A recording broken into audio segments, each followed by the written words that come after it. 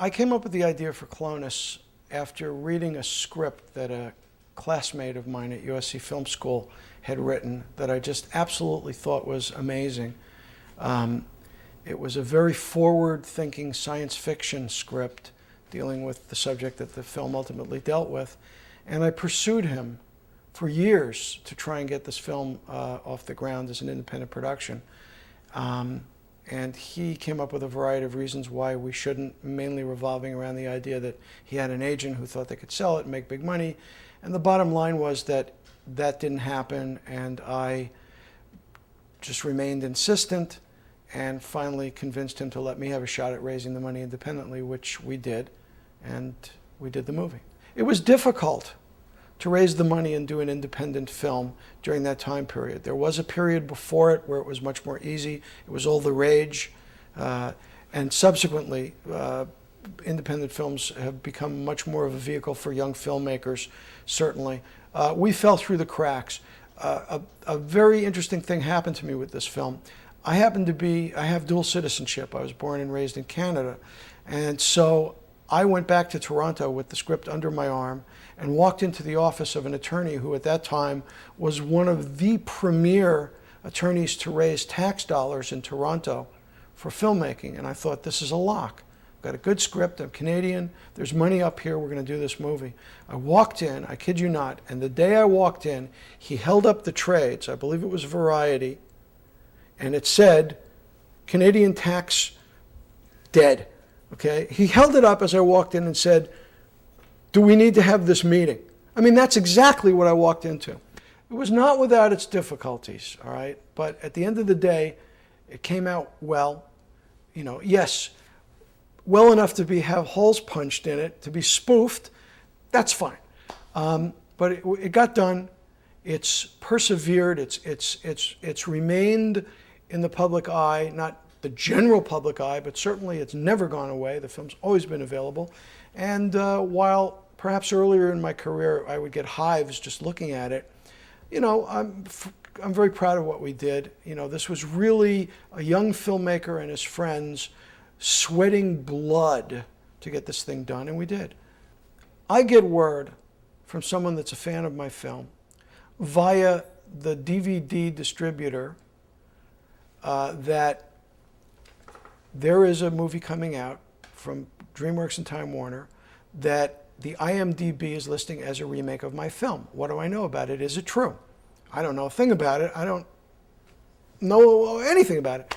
So I write back and say, what is this about? And they send me to the official website for the island, and I look at it, and there's a trailer on it, and I go, ooh, wow, that's a trailer for my film.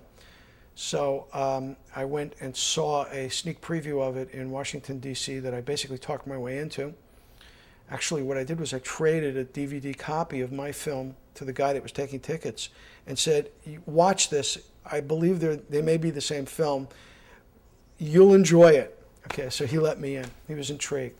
The long and the short of it is, after watching it a couple of times and talking to a lot of folks and getting a lot of emails about it, we decided to pursue it not because I thought there was a rainbow, a golden pot of gold at the end of the rainbow. I've never been to court before. I'd never sued anyone before. But we did bring a federal copyright infringement suit against DreamWorks and Time Warner. And we, in our papers, showed that there were 103 points of striking similarity. And after a year and a half of legal wrangling with some of the best attorneys in the business on their part, and in my estimation, some of the best attorneys in the business on my part, who took it on contingency because they believed that we were right and had a good case, after a year and a half, and the judge giving them no purchase whatsoever, she said, jury trial, at which point we were obligated to have a federally mandated session where we discussed possible settlement with a magistrate, and we came to terms. The bottom line was that they obviously thought that we had enough of a case with enough merit that they said, okay, fine, let's just get rid of this. And they did buy the remake rights. I get a call one day from my distributor Mr. Poster, and he says, listen, we've had an offer to have this film on a show called Mystery Science Theater 3000. Are you okay with that? And I knew of the show. And my first reaction was I felt like I'd been punched in the gut. I thought, oh my God, the show it's so bad that they're going to rip it apart and laugh at it with these three little stupid robots. I'm dead. This is it. I've reached the ultimate low in my career. That thought lasted about 5 minutes, I think. And then I thought, wait a minute. No, this is a whole new audience. What's wrong with having your work spoofed? This is a great opportunity to become a part of new, modern, current American culture. This is great. I mean, the film sucks. It had no budget, okay? It's got some cheesy acting. It's just a good idea that was well executed, but it's got some raw edges. And who am I not to be laughed at? I mean, come on. Life's too short not to laugh at anything. So actually, at the end of the day, I was very honored. And as it turned out, the fan base for this film, for the series Mystery Science Theater 3000, and my film as one of them, I think it got voted like 14th most popular or something.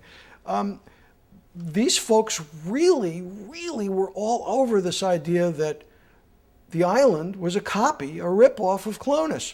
I have nothing but gratitude to these people because they basically sort of grabbed the baton and kept passing it and running with it and you know, said, keep up the good fight. So bottom line, I was very honored to be part of that show and still am, and that's why I'm doing this interview and you know, enjoy it. I mean, rip it apart, laugh at it, why not? I watched it once, I believe when it aired actually, and I have subsequently gotten my hands on, I guess they're bootleg copies of the thing. I remember one of the robots making a comment at the love scene because of the framing. It looks like the fire's coming out of the crotch of one of the characters. And I believe they made some comment about the sex was so good, my crotch is still on fire, or something like that. I seem to remember I howled at that because it's always bothered me when I watched the film that it was framed that way. So, yeah, there were some good zingers in there.